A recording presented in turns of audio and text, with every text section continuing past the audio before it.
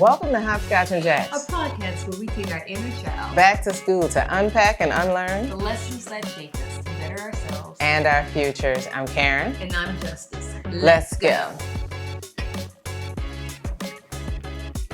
Before we get into morning announcements, we want to give you a warning that they are political in nature, and if for your mental health you would like to skip those, go straight to story time. Look in the show notes, find out where story time starts, and just skip on over there.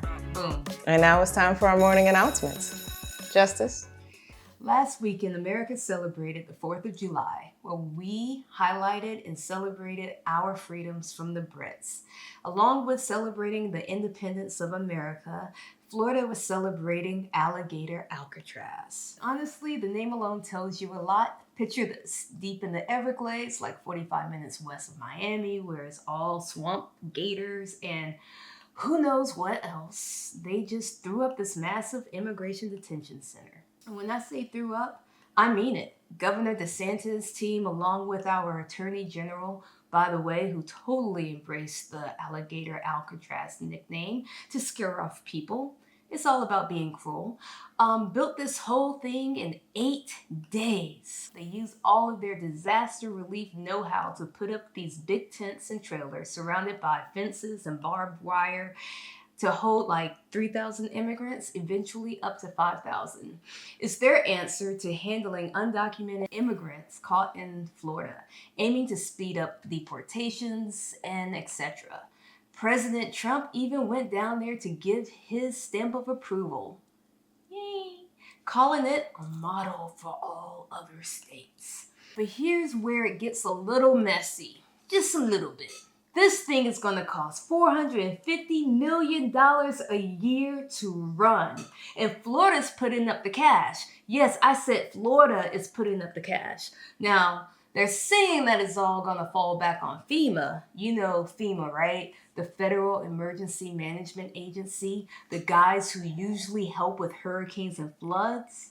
Yeah, that FEMA. But then court documents from the Department of Homeland Security are coming out saying, guys, actually, we haven't approved any funding for this.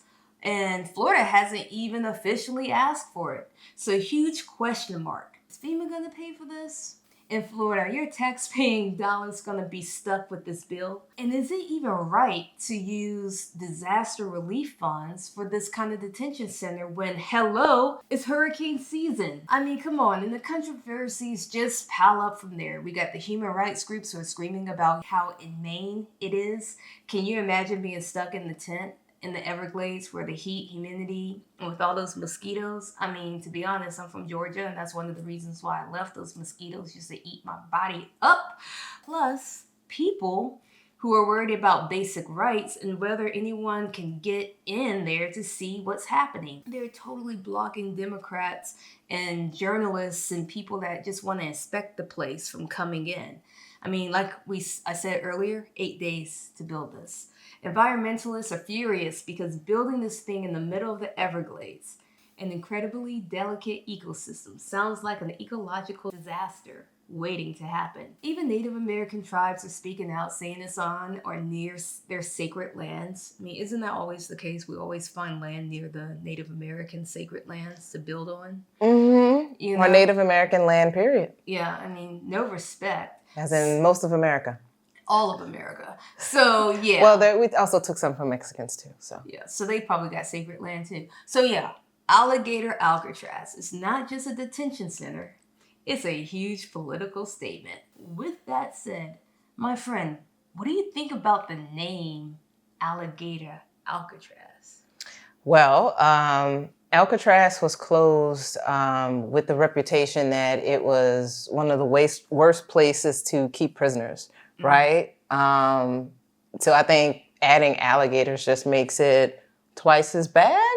Like, I feel like it is inhumane. These are tents, right? They're living in tents. Their intention is for... I would say the fact that they use their disaster know-hows to put these up real fast, they're probably temporary tent systems. I mean, I did glamour camping when I went to Africa, which... Glamping? glamping. What did I say? Glamour camp? Oh, yeah, glamping. That's what it's called. the long name. That's the long one. Thank you. But those are systems that are made to last like a hotel. You know, this throwing them up, putting it out there in the Everglades, and the fear of alligators around you 24/7. I mean, I just don't know. It's kind of like Alcatraz. You jump in the water and die. Go out in the swamps and get eaten. Yeah. And this is what we want to do with people who are detainees.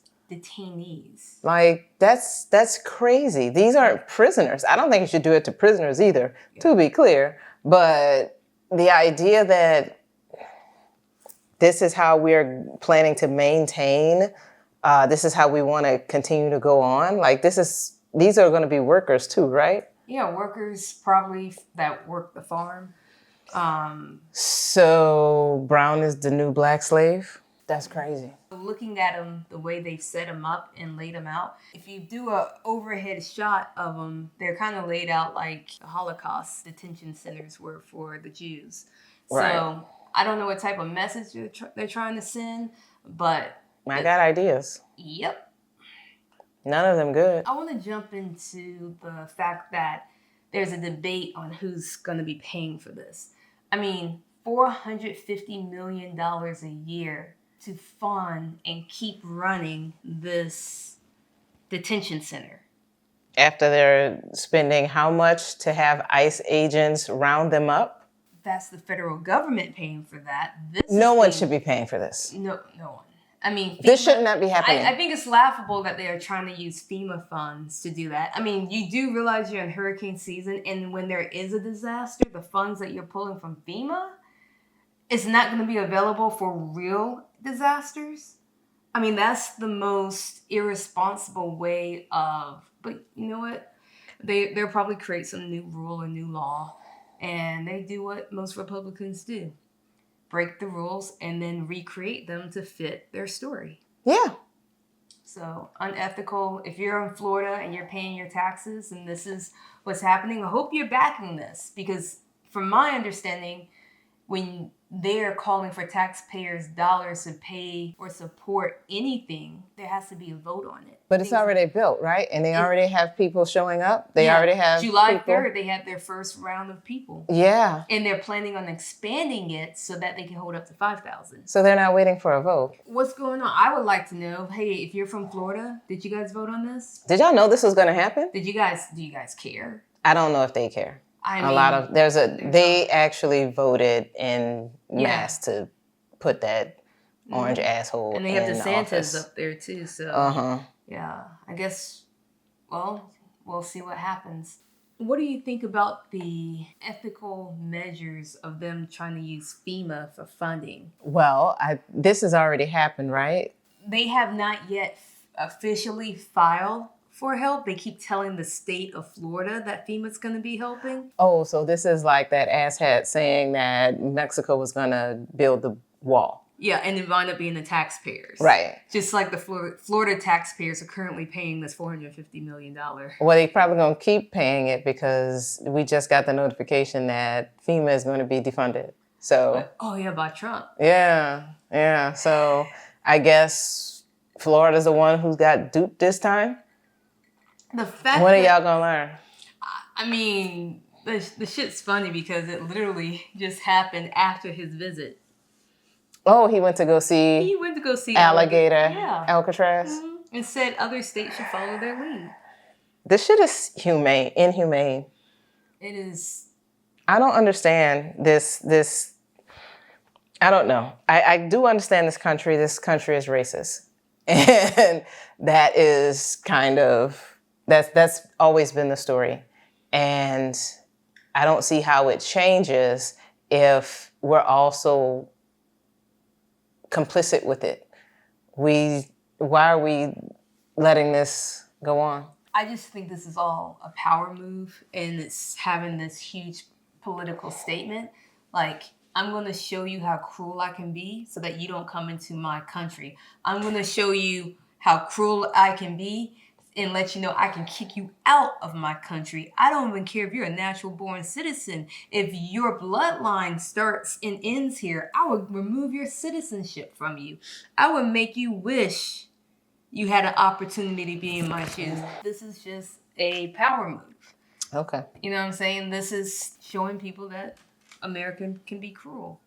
I don't know. I just feel like everybody's freedoms are being challenged. It can be cruel. America, specifically Trump and his sycophants. Those are the people who are cruel. All the people who voted for this big, ugly bill are cruel. Every last one of them. So let's move on. Let's move on. To the horror of anyone with a heart, the Trump Care bill has passed in the Senate with 0 Democratic support and 99.1% Republican support. Proponents for Trump Care claim that it's to help lower the debt and to give waitresses their tips and cops their overtime tax-free. Opposition to the big, ugly bill stress its flaws. With Trump Care, a projected 17 million people will lose their health care. Likely 300 hospitals will be shut down. Roughly 3 million people lose their SNAP benefits.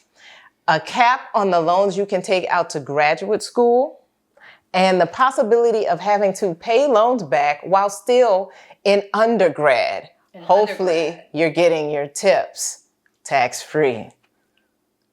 Yes. The last 2, of course, will lower the number of people seeking to enter healthcare as a profession, which will continue to strain the decreasing pool of healthcare workers. By 2029, Trump Care will take food out of the mouths of people, then deny them health care when they can get sick, which will trickle down to the middle class whose own insurance premiums will rise due to the strain on emergency rooms. There's no telling what happens when 20 million more Americans can't eat and have nowhere to sleep and nothing to lose. Justice, what do you think will happen? I think what's going to happen is everything that you just said. I mean, some of these laws were just signed in. Already? Already.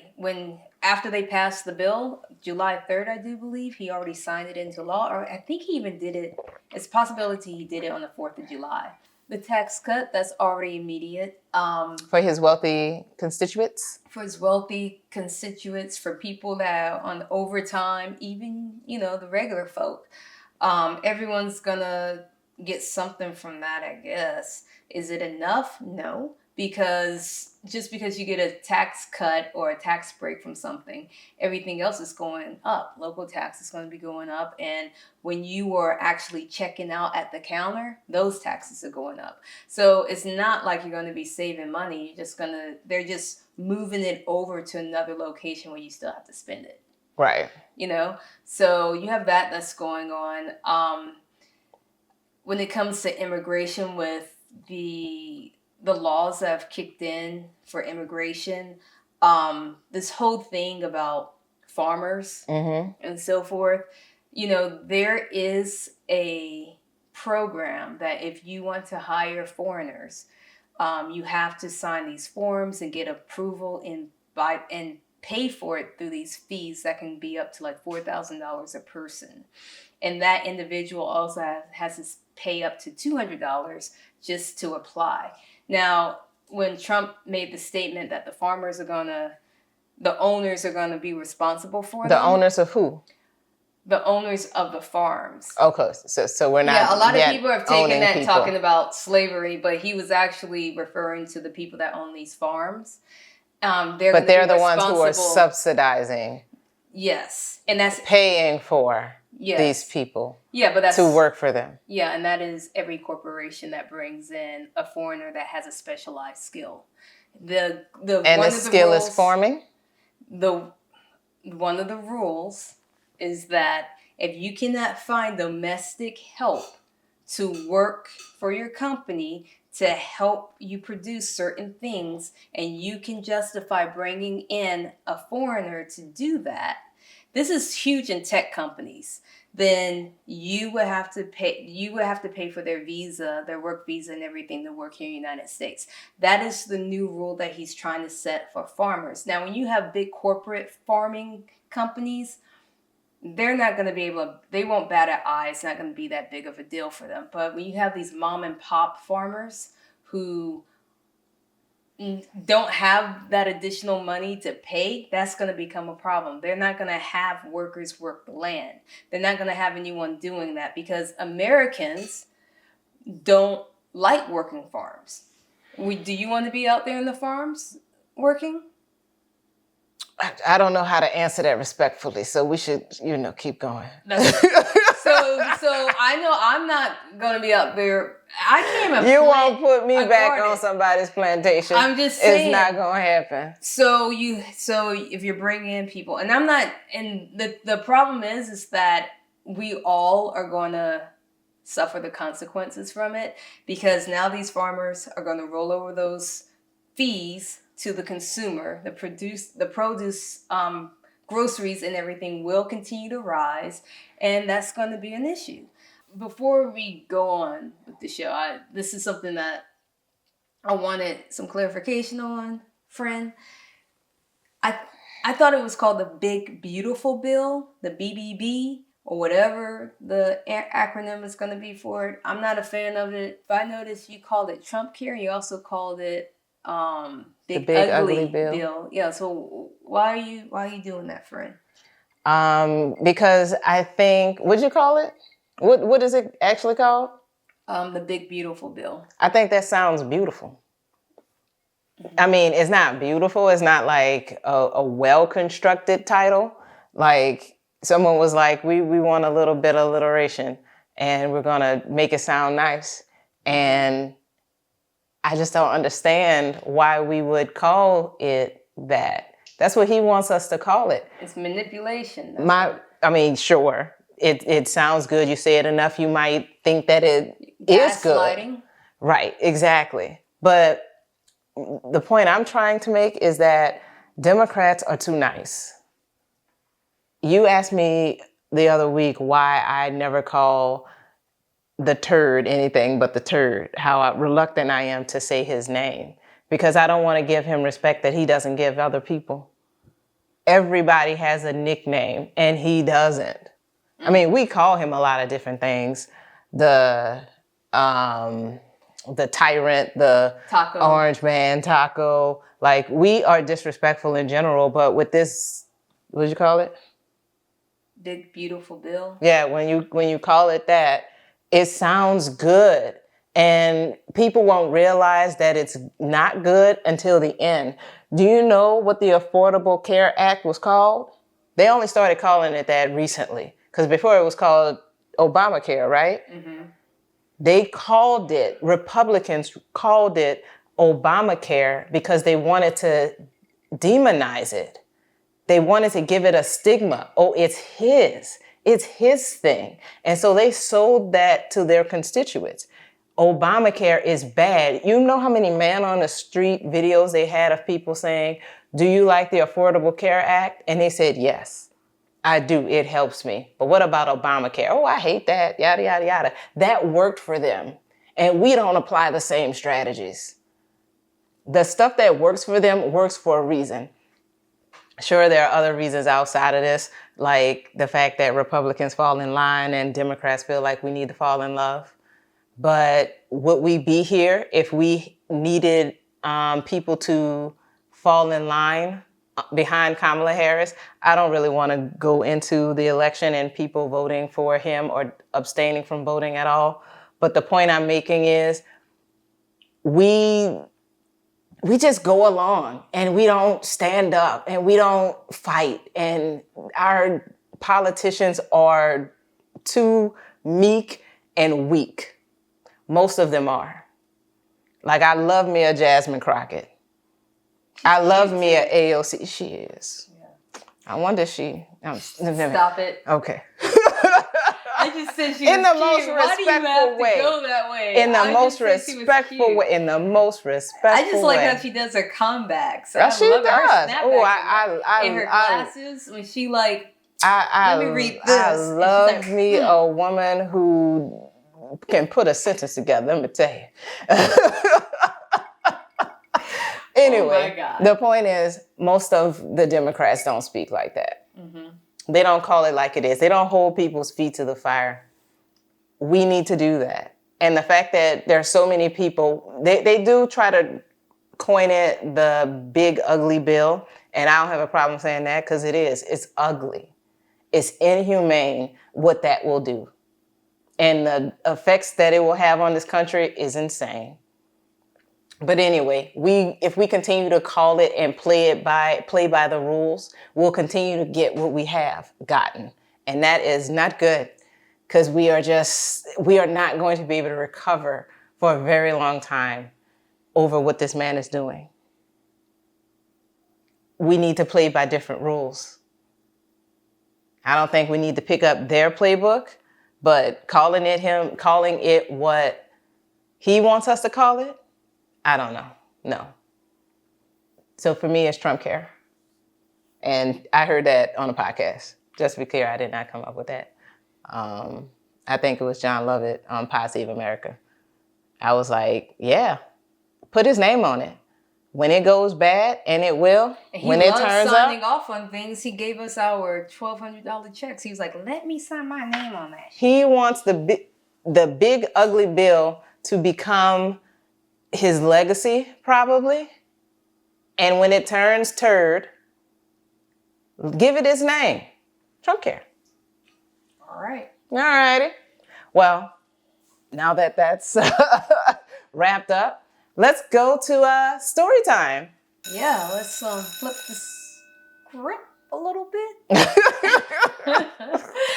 All right, so I'm going to do story time. So imagine me as a little girl, bright-eyed and eager, walking into the classroom. All I wanted was to be good, to do everything right, and to get that golden star from my teacher.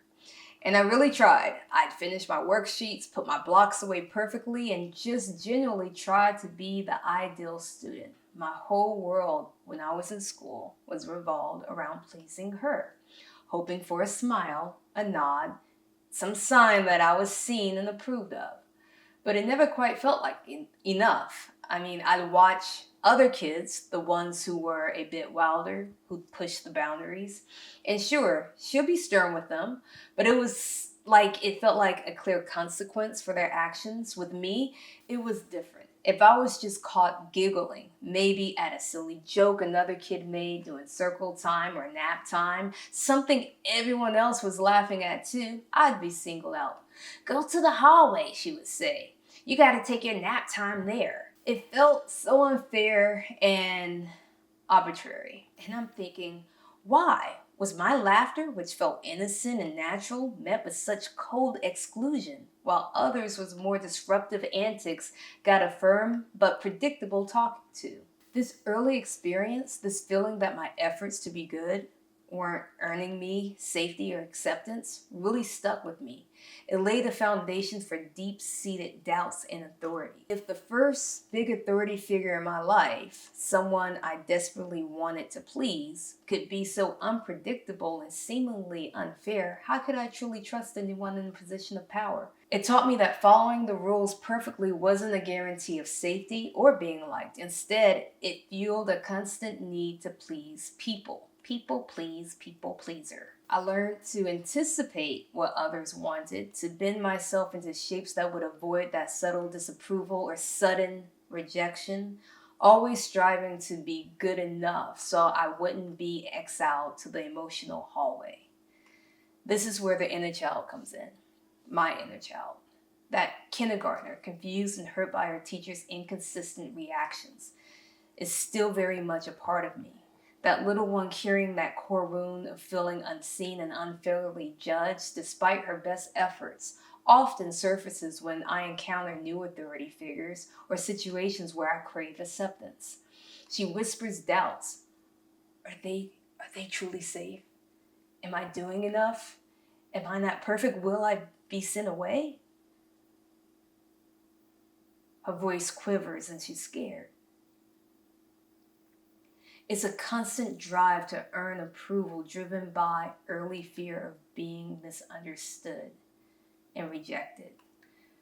Rather than trusting that I am inherently worthy of connection and belonging, healing involves acknowledging that little me, validating her heart, validating her hurt, and reassuring her that her worth isn't dependent on pleasing others.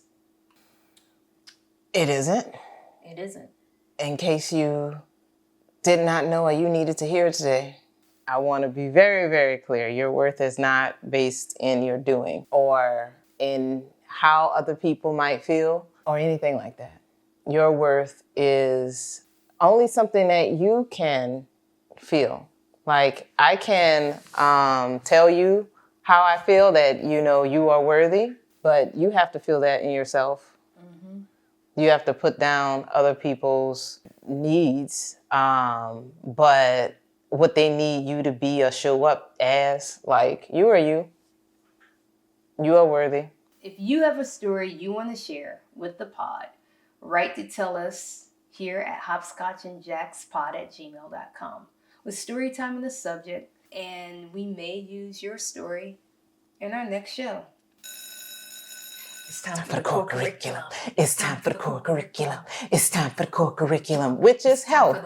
In today's episode, we're diving deep into topics that increasingly affect us all. How the intense and often volatile political climate is impacting our mental health. From the constant news cycle to divisive rhetoric, it's easy to feel overwhelmed, anxious, and even hopeless. But beyond the headlines, we'll uncover fascinating connection, how this external chaos can stir up unresolved emotions and unmet needs from our earliest years, directly engaging with our inner child. You got me feeling emotions. Deeper than Let's start with the everyday experience. How is the intense polarization and constant news cycle affecting people's mental well-being? Polarization and anxiety. We're talking about us versus them, the red versus the blue. For the past few years, over a decade now, it has intensified, especially with Trump in the office, speaking about his hatred towards the Democrats. It's constant, it's never ending, and it kind of puts all of us in an unsafe situation where recently Democrats that represent their state were gunned down by a Republican follower and follower of Trump. So this there alone, I mean, everyone's going to be anxious. Are you a little anxious with how this is going? I've been anxious since 2020. This has only made it worse. But then it's like you're fed all this us versus them in another situation with doom scrolling and the overwhelming outlet of the media that continues to spoon feed us all this information. Every time you turn on the news, there's something about what this administration's doing, something about the situation that was going on. It's like we never seem to get a break. And then if you're on your Instagram or TikTok, and I understand your algorithms are gonna feed you certain things, but I also think sometimes the algorithms are a little off. But once you get on the apps and that's the first thing you see, and all you want to do is post your breakfast or your dinner, you already see something about what Trump's doing or what the Republican Party's doing or what the Democrats are doing or what's going on overseas. It's never ending. It's like, when can we catch a break? People get lost in the sauce. You said something earlier in the conversation that people go down that rabbit hole. Like, I want to go down a rabbit hole looking at cute doggies. Instead, it's going down a political rabbit hole. Mm-hmm. And that is depressing. What else can be affecting our well-being? Global events. With Biden in the office, we had Ukraine and Russia, and we still have that. And Russia has proven that they cannot honor anything that comes out their mouth. The next thing is we still got the war going on with Israel and Gaza. And now we've entered some type of situationship with Iran. I mean, if you're telling me Russia, North Korea, Iran, they're like the worst countries to have nuclear weapons because they might pull the trigger. I mean, my anxiety has not only just gone up for something like that, but also there's this fear of not having this control and having this safety. And anybody who's in our Congress or representing the United States is supposed to put the American citizens first and make sure that we are protected, we are safe. And I just don't think this administration's doing it. So when it comes to emotional well-being, I feel like a lot of people, even people that voted for this cult, is in constant fear of knowing when I look up in the sky, will it be a bird or a plane or a fucking nuclear bomb dropping on my head? All of that is terrible. It is, it makes me uncomfortable. My shoulders are up to my ears. I feel like chills. I feel like I'm about to crawl out of my skin, which is impossible. And that's kind of why we wanted to talk about this in this episode, how we feel about this political climate and how do we deal with all of the, whatever it is that you're feeling. I personally am feeling a lot of rage. But whatever it is that you're feeling, how do we deal with that? How do we get up and go to work and, find a way to look for joy? How do we deal with the frustration of this critical political climate? How can we heal or nurture our inner child during these turbulent times? One way we can acknowledge and validate how we're feeling. And that's kind of what I'm doing now.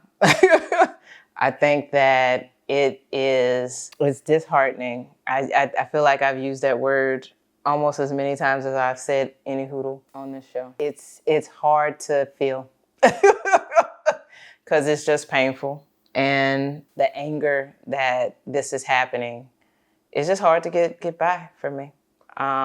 So, yeah. What about you, friend? I'm trying to set some boundaries for myself. Mm-hmm. Not being on social as much. Or if I am on social, I'm going to be looking at some happy dogs, But it's not just about being on social. It's also about what I want to watch, the conversations I'm having with people, limiting access to information that I know is going to take me to a dark place, and that's just one of those things, setting those boundaries. What else can we do? We can ask for breaks when we need to take news breaks. Not only are you setting parameters around social media for yourself, you should do that with friends as well. You can say, hey, I have quiet hours between this and this, and I don't want to talk about this or that. You can voice your needs, and that will help you as well. Sometimes in these times, we also feel helpless or hopeless. Like we can't do anything, but we can. We can take action. We can volunteer. We can support a cause. We can get involved politically by calling your representatives, organizing, and participating in protests. We can elect new Democrats. We need new Democrats. And we need to figure out a way to change the law. We shouldn't have somebody in those seats and they're like 80-something years old. Right. We need people like Jasmine Crockett who's going to fight fire with fire. I feel like we're just throwing out drops. Anywho, so one thing that we can do is take care of our inner child. Another thing that we can do. And that, looks like giving our innies safety, predictability, and a sense of belonging. With the current state of the world's uncertainty, this can trigger some, primal needs. Our, this anger that we're talking about, that's not good. That's actually a toxin in our body. When they take away our health care or our premiums go up if you don't have Medicaid. Or the fact that, if you're still paying off your student loans and you've been paying them, it doesn't matter. If you're still paying them off now, they're going up. All of this stress is going to make it worse. So we just need to find ways to de-stress. Yeah. And so the work that we have to do, we've said it before, it's the journaling, it's the finding activities that can take your mind off of it.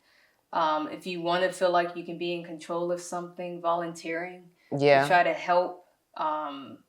Fundraising, if you want to do that. These political divisions can mirror childhood fears of rejection or not being accepted.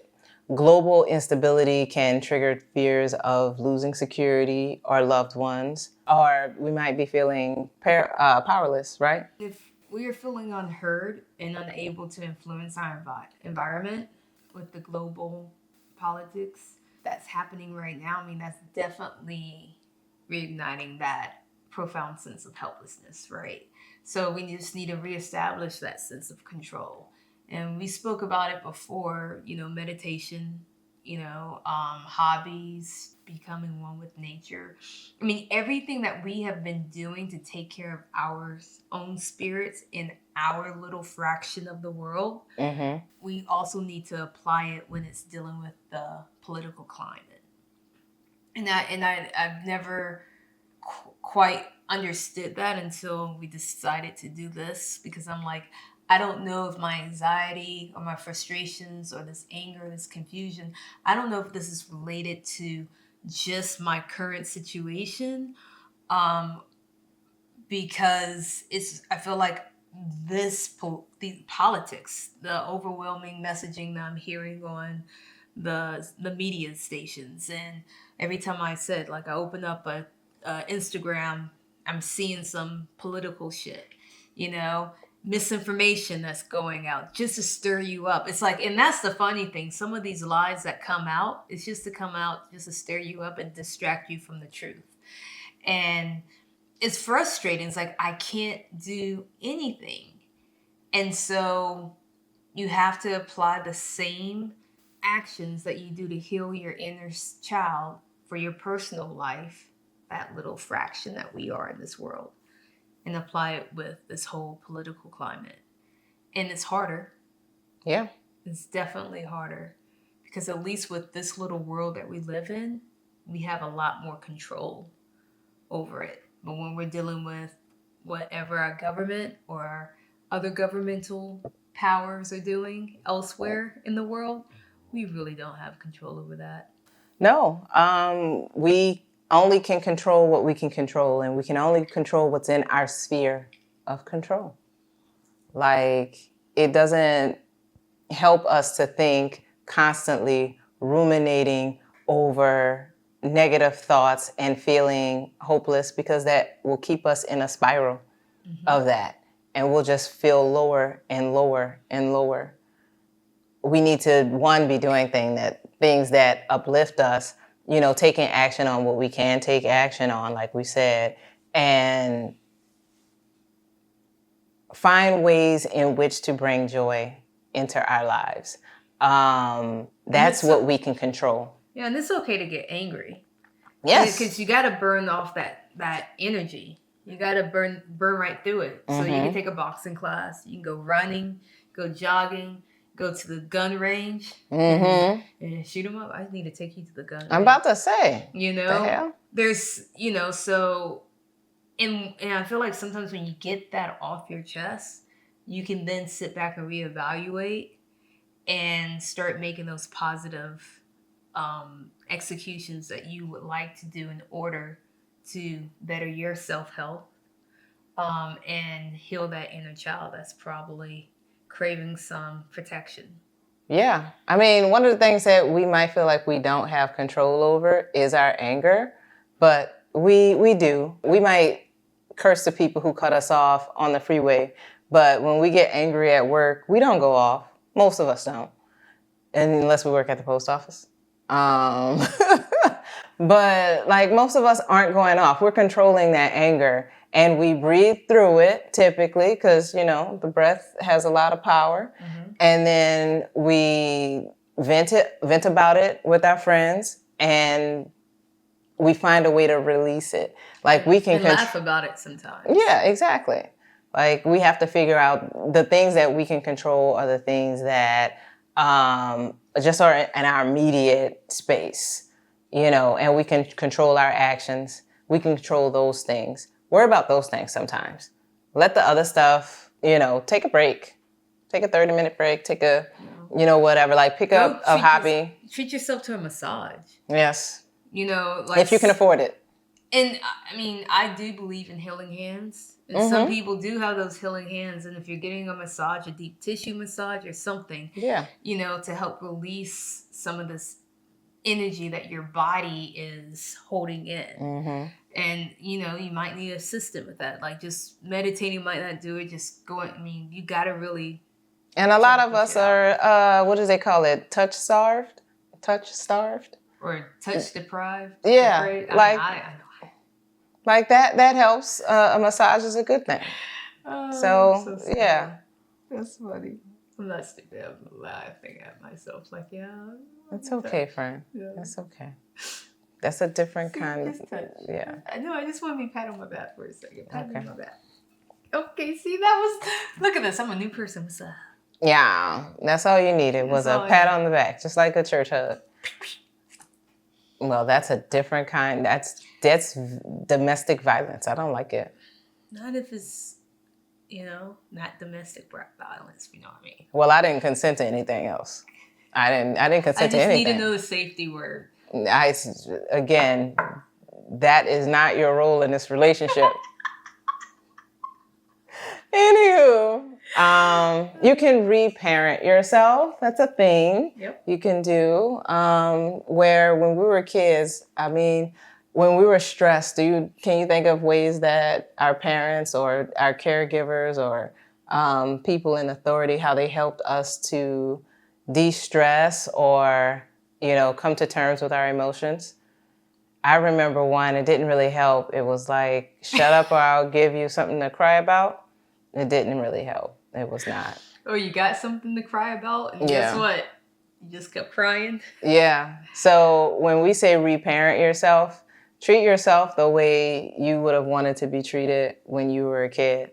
Like when you were stressed and you were crying and... You just needed some understanding. And you just needed a hug. Or a pat on the back. Or a pat on the back. There you go. Like, you can do that to yourself. I've said on this podcast before, I give myself hugs. Legit. Exactly. You do that. You joking now. You do that for 10 minutes, 10 seconds. No, it was only 10 minutes. 10 minutes that one time. You having a moment. It was several moments. It was several moments. 10 minutes? Yes. But if you hold yourself for 10 seconds, you will feel the difference. It will release some energy into your body. I don't know whether or not it's oxytocin or something else. 10 minutes will be releasing something. Crying my ass off, probably. But yeah. It actually helps. The point is to reparent yourself. Stop making jokes, friend. Okay, I'll keep going. And to meet some unmet needs. You know, if you need to play, let your inner child play. You know, if you need to dance it out. You know, if you need to sing. Just do it. Even if you sound bad. But if you sound bad, just make sure you're in the shower. So we don't have to hear you. Or you're alone in the house, that's fine. And you're not in public. Don't be putting your sister in the car with you while you sing like that, because that's just evil. You know, go sit your ass down someplace in a place that no one's going to hear or see you. Damn, that was so mean. That was mean. Was it? That was cruel. Was it? You know what? If you want to get on the bridge and please don't get on the bridge and do that. Go ahead and yell and sing. Why? Act like you're in some type of... Sounds like a breakdown. Sounds of music. Oh, you're in La La Land. Yeah, go for it. It's okay. Just walk down off of the bridge. Yeah. Yeah. Anywho, so, I think that that's a good list of things that we can do to take care of our mental health. And I know we joke around. Do we? And be sarcastic. But at the end of it, in these tense moments and then during this crazy time, I think for us, I can speak for myself. For me, it's like I can become irate and yell and feel this energy that's coming from pain, from not being able to make things right. But understanding that I don't have control, I can't do the things that I want. Sometimes laughing or being sarcastic or being witty with it helps you get through it. And I know we've already spoke about that, but I just wanted to say it's like, I feel like it's okay. You know? Yeah. And that's the only way we can stay around each other. We can't be too serious. Right. I mean... Because her serious is serious. She's a Capricorn. I'm a Scorpio. Claws, you're claws, a sting, water. sting. I'm a Scorpio. Just that's all you need to know. That's a water sign. I mean, You're a Capricorn. What does that mean? What does that mean? I said you're a Capricorn. That I said you're an Earth sign? No, I just said you're a Capricorn. I'm saying that you're full of emotions. That's all I'm saying. Don't get emotional about it. Oh, wow. You're that type of person. I need to reevaluate this situation. Hilarious. But yeah, I do what you can to take care of yourself, whether or not that looks like A nice shower or doing something for yourself and only you, or for your family, something that you wanted to do as a kid, you know, doing various things that will help heal the little you that didn't get a say. Give yourself a say in something. Do something that you can control. And I wish you the best. Talk to the people, get in therapy. All of those things that we say, you know, most episodes, get with it. Yes. Take care of you. So you know what time it is? After school. Take a dip in the pool. Which is really on the wall. Dooga. I got a color TV so I could see the Knicks play basketball. Womp.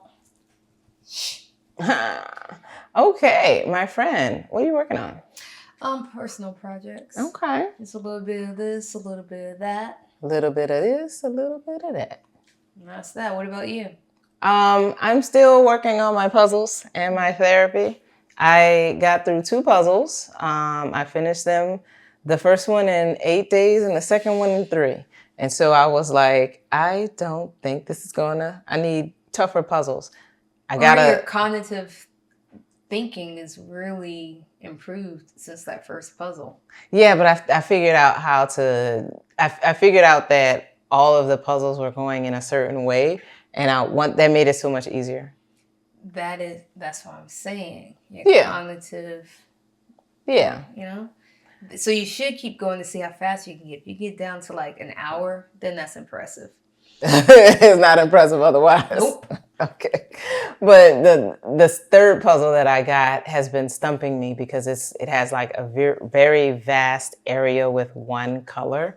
And I'm just like, and it's not doing the same thing that the other puzzles did. It's not in the same order. Like the puzzles that have the pieces that are like this and this and this, they go in different ways. And the other ones didn't. The other puzzles that I did went, if it went this way, it was across the board. Yeah. And that is what we call challenging yourself. Yeah. Because just because something says it's supposed to go this way doesn't mean it has to. And that if it's a puzzle, that's not true. No. You just said it. It's supposed to go this way, but it actually goes a different way. That's why you're stumped on this one puzzle. Did you not just say that? Did I not just hear that? No, I was saying that the puzzle was unpredictable. It didn't mean that it's not supposed to go that way, because you can't change where you put the puzzle. It is supposed to go that way, but it's placed unpredictably. Oh, you can't predict the outcome. Exactly. Good job. Talk to your therapist about it. I can't do this puzzle because I can't predict the outcome. I can do the puzzle. This is just it's like just my taking a little bit. relationships. It's supposed to go this way, but I can't predict if it's going to end like this. Let me pull my side hair out. Oh, you're talking about you, because I was about to say you could just text me this shit, like. You know what? What do you do for recess? I'm gonna ease back on social media. I do this all the time. Ease back on. I didn't realize you were off. I'm not off. Because I know you respond to all my. Dude, I DM her like every day. I'll be, we gotta talk about that. I'll be going down the rabbit hole. I'm like, damn, that's good. I want you to look at things for the podcast, but like, is this good? Is this not? But I don't leave you any messages and tell you that. I'm just like, just look at it. But that's what I'm doing. I'm trying to say, is this good? Is this a category? Is this something we want to talk about? Or better yet, that was crazy. I was about to point out that this was never anything you were going to put on the podcast. Like, this is just something you thought was funny. Like, let's be clear. And some of it's like, wow, cruelty. Some stuff I send you is good. Yeah. I mean, there's a lot of stuff. Anywho. So, what are you doing? And when I say easing back on, I mean easing back off. Easing down, easing back off of social media. Like, I need to be on that list. Like, I have a time where I'm supposed to get off of it at 5 p.m., but sometimes... You can set your phone to that. I don't want to do that. I want to use my own self-control. I have my phone that says... I heard on a podcast. That's supposed to be yeah. I feel you're right. Let me just do that. Right. That's true. Or your screen time is up. Are you okay with that? It's like, yeah. And then you start doing it naturally. And then you get the alert and be like, no shit. I stopped like 10 minutes ago. You need to keep up with me now. Right. That's how you take back control. There you go. AI. I'm going to just be dancing. Okay. I dance around my place. You know, I found... So you pissing off your neighbors below you? No, because I can't hear them walking or stomping or anything. Oh, you lucky. Yeah, so I hear mine. I hate them. Yeah, so if I'm... Oreo and I, we get out here, we dance. He loves to dance with me. That's my dog, y'all. And it's nice to have a dance partner every once in a while. So, yeah. And he's more agile now, so he can do it. Because his mama took care of him. Yeah, making him walk up and down them stairs. I got in shape, he gets in shape. I'm still working on my shape, and he needs to still work on his shape. So we're doing this together. There you go. It's always nice to hold each other accountable. Indeed. Okay. So... Time capsule. It's time for the time capsule. It's time for the time capsule. We're taking out the time capsule. Justice, what you taking out the time capsule. 8th grade play called Revolution. Okay, what was that about? So I was in the 8th grade. I was in the drama club, and they allowed us to write a play as 8th graders. And so my friends and I wrote a play called Revolution. It was really about the history of the United States. It was more about Black history. And we brought to light some things that you didn't learn I went to a predominantly white school that we weren't learning there, and we were able to bring that to the table. Now, the problem is that the reason why it's in the time capsule, because it never got put on. They didn't like the fact that we were listing some facts that could disrupt the educational system. And so I wound up dropping out of the drama club and decided to focus on me. Because what I've learned, sometimes when you want to do the right thing and you start seeing how authority can keep you in a certain space, in a certain box, the best way to prove your point, or better yet, to be seen or be heard, is to remove yourself from it completely. And then move forward in a different direction where you're able to lay it out and the right people will come. I still have it. It's in the garage at my mom's house in storage. And so, yeah, I'll bring it out, dust it off, and yeah, there you go. That's Revolution. Dope. I want to see Revolution get put on. There are 100-seat theaters in North Hollywood, what a contract waiting for you, Justice. Oh, I think, we could work on it and write it up a little bit. Yeah. And take it to the next level. Make it happen, Cam. All right. I have a poem by Gil Scott Heron. Heron. Yeah. Okay. Tell me what this. Are you gonna read it? Yeah, I'm gonna. This is just an excerpt. It's like twice as long as what I'm gonna read. Oh shit. Yeah. Because I think I already read it. It's pretty long, but go ahead. Yeah. We're gonna fast forward it when we do the edit. So Probably not. Damn. You will not be able to stay home, brother. You will not be able to plug in, turn on, and cop out. You will not be able to lose yourself on Skag and skip out for beer doing commercials because the revolution will not be televised. There will be no highlights on the 11 o'clock news and no pictures of hairy-armed liberationists and Jackie Onassis blowing her nose. The theme song will not be written by Jim Webb or Francis Scott Keys, nor sung by Glenn Campbell, Tom Jones, Johnny Cash, Ingo Humpernick, or The Rare Earth. The revolution will not be televised. The revolution will not be right back. After a message about a white tornado, white lightning, or white people, you will not have to worry about a dove in your bedroom, the tiger in your tank, or the giant in your toilet bowl. The revolution will not go better with Coke.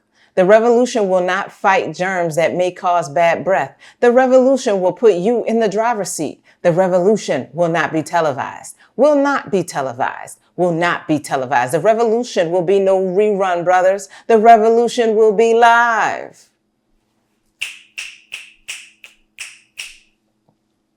Now for your homework.